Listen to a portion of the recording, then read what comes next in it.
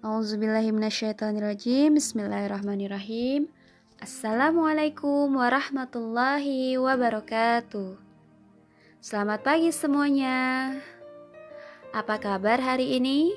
Alhamdulillah luar biasa, tetap semangat, Allahu Akbar. Masya Allah, Alhamdulillah. Barakallahu fikum. Hari ini kita memasuki hari ke-23 Ramadan ya teman-teman. Masya Allah. Gimana Ramadannya? Masih semangat? Harus ya, karena semangat ini harus senantiasa kita tambah setiap harinya ya. Jangan sampai semangat ini berkurang. Dimana Ramadan ini adalah bulan panen pahala. Ya, Masya Allah, dimana setiap kebaikan yang kita lakukan di dalamnya, Allah akan berikan pahala yang berlipat-lipat ganda. Masya Allah. Insya Allah kultum hari ini akan disampaikan oleh Bu Yuni. Temanya mengenai tentang keutamaan sholat berjamaah. Namun, sebelum itu, mari kita luruskan niat karena Allah Subhanahu wa Ta'ala, di mana mudah-mudahan dengan mendengarkan kultum hari ini kita mendapatkan ilmu, yang mana ilmu ini mudah-mudahan dapat diaplikasikan atau dilaksanakan oleh teman-teman dalam kehidupan sehari-hari. Baik, mari kita awali dengan mengucapkan basmalah bersama-sama. Bismillahirrahmanirrahim. Alhamdulillah. Sholat berjamaah. Apa ya sholat berjamaah itu? Ada yang tahu? Ya, betul sekali. Sholat berjamaah adalah sholat yang dilakukan secara bersama, yang sekurang-kurangnya terdiri dari 2 orang, di mana satu menjadi imam dan satu menjadi makmum, di mana seorang makmum harus mengikuti perbuatan imam dan tidak boleh mendahului setiap gerakannya. Nah, itu adalah sholat berjamaah. Kemudian hukum sholat berjamaah apa ya? Ada yang tahu? Nah teman-teman, ada beberapa pendapat mengenai tentang hukum melaksanakan sholat berjamaah. Beberapa ulama mengatakan bahwa hukum dari sholat berjamaah itu adalah fardu kifayah, yang artinya sangat dianjurkan. Sedangkan sebagian ulama lainnya menyatakan bahwa hukum sholat berjamaah adalah sunnah muakkad. Dan ada beberapa ulama juga yang menyatakan bahwa hukum sholat berjamaah adalah fardu ain atau wajib bagi setiap muslim laki-laki yang telah baligh. Akan tetapi, pada dasarnya berjamaah bukanlah termasuk dalam syarat syahnya sholat. Sehingga apabila kita sholat ya dikerjakan sendirian, sholat tersebut akan tetap sah. Selanjutnya kita beranjak kepada keutamaan sholat berjamaah. Nah, yang pertama, keutamaan sholat berjamaah yaitu Allah Subhanahu wa Ta'ala akan melipat gandakan pahala bagi mereka yang melaksanakan sholat secara berjamaah.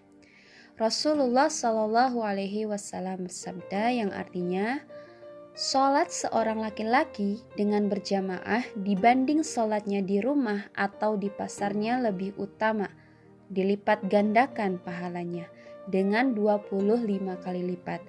Yang demikian itu karena bila dia berwudu dengan menyempurnakan wudunya, lalu keluar dari rumahnya menuju masjid, dia tidak keluar kecuali untuk melaksanakan sholat berjamaah. Maka tidak ada satu langkah pun dari langkahnya kecuali akan ditinggikan 1 derajat dan akan dihapuskan 1 kesalahannya. Apabila dia melaksanakan sholat, maka malaikat akan turun untuk mendoakannya selama dia masih berada di tempat sholatnya. Ya Allah, ampunilah dia. Ya Allah, rahmatilah dia. dan seseorang dari kalian senantiasa dihitung dalam keadaan sholat selama dia menanti pelaksanaan sholat. Hadis riwayat Bukhari dan Muslim. Kemudian dalam hadis lain Rasulullah SAW bersabda yang artinya sholat berjamaah lebih utama 27 derajat dibanding sholat sendirian. Hadis riwayat Bukhari dan Muslim. Masya Allah, luar biasa ya teman-teman. Dengan kita melaksanakan sholat berjamaah, pahala kita dilipat gandakan. Kalau dilipat gandakan itu artinya berkali-kali lipat, yang artinya menambah banyak. Asal sholat berjamaahnya kita itu dilaksanakan dengan niatan yang lurus, yaitu karena Allah Subhanahu wa Ta'ala.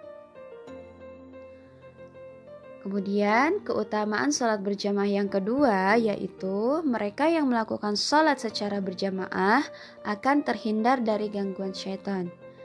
Di mana Rasulullah SAW bersabda yang artinya tidaklah 3 orang di suatu desa atau lembah yang tidak didirikan sholat berjamaah di lingkungan mereka, melainkan setan telah menguasai mereka.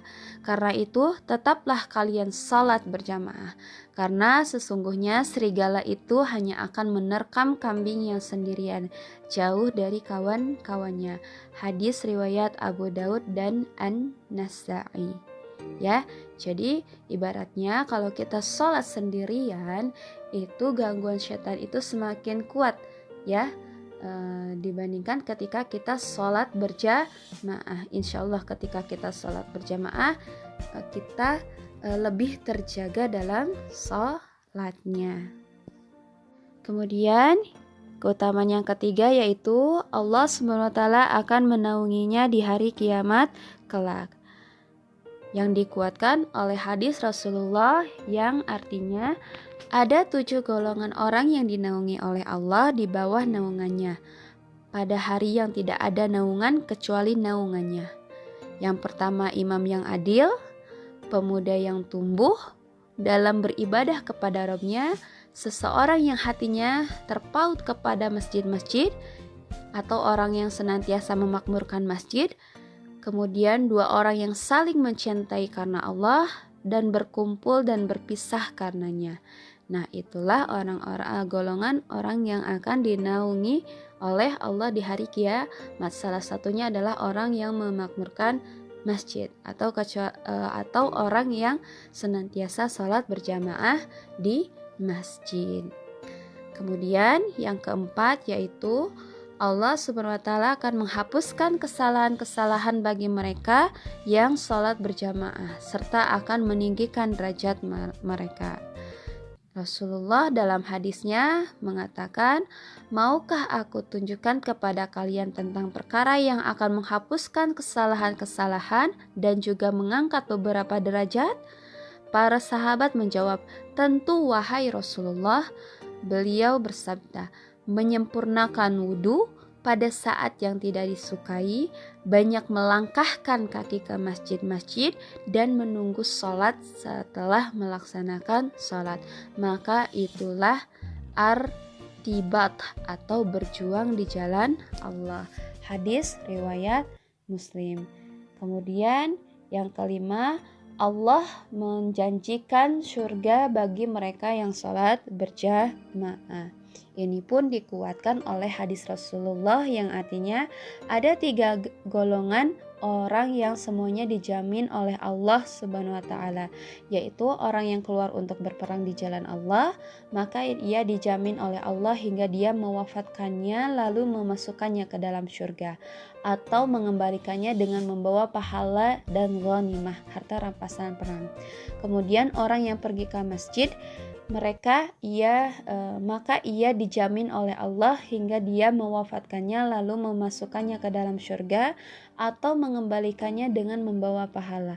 Dan orang yang masuk rumahnya dengan mengucapkan salam, maka dijamin oleh Allah Subhanahu wa Ta'ala. Hadis riwayat Abu Daud. Masya Allah. Nah, itulah beberapa keutamaan dalam sholat berjamaah. Jadi intinya sholat berjamaah ini adalah ibadah yang sangat dianjurkan, terlebih bagi kita yang rumahnya dekat dengan masjid ya. Diutamakan kita sholat di masjid-masjid itu dan memakmurkannya dengan segala kebaikan, atau melakukan hal-hal yang positif, kegiatan-kegiatan positif di dalam masjid. Nah, teman-teman, itulah beberapa keutamaan sholat berjamaah ya. Pada dasarnya, sholat berjamaah ini adalah ibadah yang sangat Allah anjurkan, di mana di dalamnya Allah hadiahkan pahala kebaikan yang berlipat-lipat ganda. Bukankah kita menyukai sesuatu yang banyak atau yang berlipat-lipat ganda? Ya, nah maka dari itu mari kita membiasakan diri untuk sholat berjamaah, memakmurkan masjid ya, yang dimana Allah akan memberikan kita banyak pahala dan kebaikan, baik itu di dunia maupun di akhirat. Semoga Allah senantiasa memudahkan kita untuk beribadah kepadanya dan memudahkan kita untuk senantiasa memperbaiki diri ya. Karena itulah fungsi dari ilmu ya. Jadi ilmu ini membuat kita lebih baik lagi ya. Jadi tetap semangat untuk teman-teman dalam menuntut ilmunya. Semoga Allah memudahkan teman-teman dalam menuntut ilmu. Amin, amin ya rabbal alamin. Baik, itu saja yang bisa Ibu sampaikan. Kurang lebihnya Ibu mohon maaf. Yang benar datangnya dari Allah, yang salah itu mutlak dari Ibu pribadi. Ibu mohon dimaafkan. Tetap semangat dalam menjalankan aktivitas setiap harinya. Barakallahu fikum. Billahi taufiq wal hidayah. Wassalamualaikum warahmatullahi wabarakatuh.